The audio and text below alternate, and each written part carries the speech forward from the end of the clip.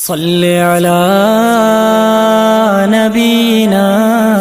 الحمد لله الذي جعل محمدا خاتم النبيين والصلاة والسلام على رسوله محمد وآله وأصحابه أجمعين. أما بعد، فأعوذ بالله من الشيطان الرجيم. بسم الله الرحمن الرحيم. ما كان محمد أبا أحد من رجالكم ولكن رسول الله وخاتم النبيين.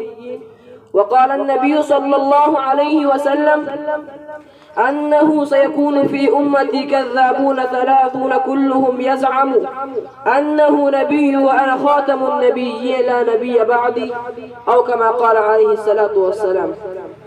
ایک یوں بھی عبادت ہوتی ہے، ہم یوں بھی عبادت کرتے ہیں.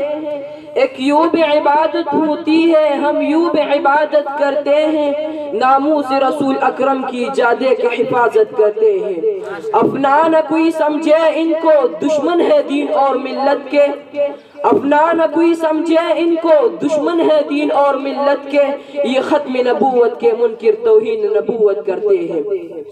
قابل صد تکریم حضرات، علماء کرام اور محترم سامعین، عقیدہ ختم نبوت کو یوں سمجھے جیسے ایک مرکز کا دائرہ ہو جن کے چاروں طرف توحید و رسالت، حقانیت و عبدیت، حق و صداقت، یوم الحساب اور یوم البرزخ گردش کرتے ہو. اگر یہ اپنی جگہ سے ہل جائے تو سارا نظام درہم برہم ہو جائے، کیونکہ یہ نظام پورے دین اسلام کو محیط ہے.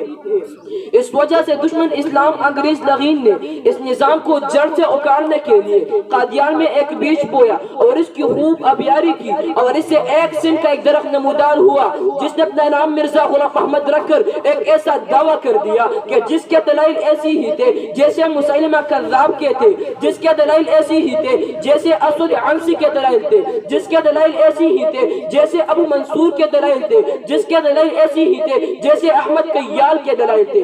محترم سامعین، اولعین ان جھوٹی دلائل کا سہارا لے کر اپنی نسبت محمد عربی صلی اللہ علیہ وسلم سے کرنے لگا.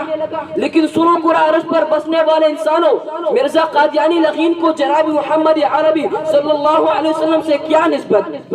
ارے دنیا والوں، ادب سے نکاح ہے، جگادو اور گوش و ہوش سے سنو. میرے نبی جناب محمد عربی صلی اللہ علیہ وسلم جمال کائنات ہے، حسن کائنات ہے، زینت کائنات ہے.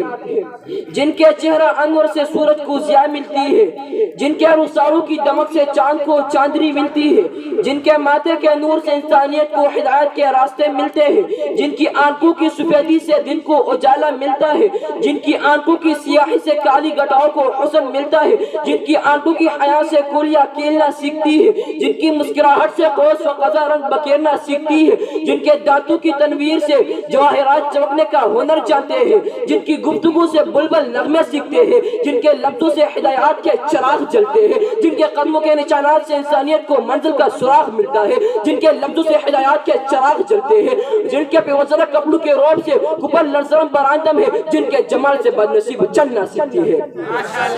محترم سامعین، اب ذرا مرزا قادیانی کو دیکھو، بلکہ انتہائی غور سے دیکھو. چہرے پر نہ روب ہے نہ دبدبا، نہ روشنی ہے نہ ضیاء، نہ وجاہت ہے نہ متانت، نہ امانت ہے نہ دیانت، نہ صداقت ہے نہ شرافت، نہ وقار ہے نہ افتخار، نہ انسانیت ہے نہ قابلیت. جس کی منہ سے نکلی بات واحیات ہے، جس کا گفتار تضادات کا مجموعہ ہے، جس کا گفتار تعداد کا مجموعہ ہے، جس کی زندگی جھوٹ و فریب سے پر ہے، جس کی موت لیٹرین میں ہو جاتی ہے.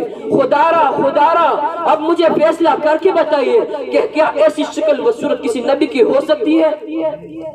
رب کعبہ کی قسم، ایسی شکل کسی لغین کی ہو سکتی ہے، کسی مردود و شیطان کی ہو سکتی ہے، کسی ابلیس کی ہو سکتی ہے، لیکن سارے مل کر کہہ دو کہ شکل کسی نبی کی نہیں ہو سکتی.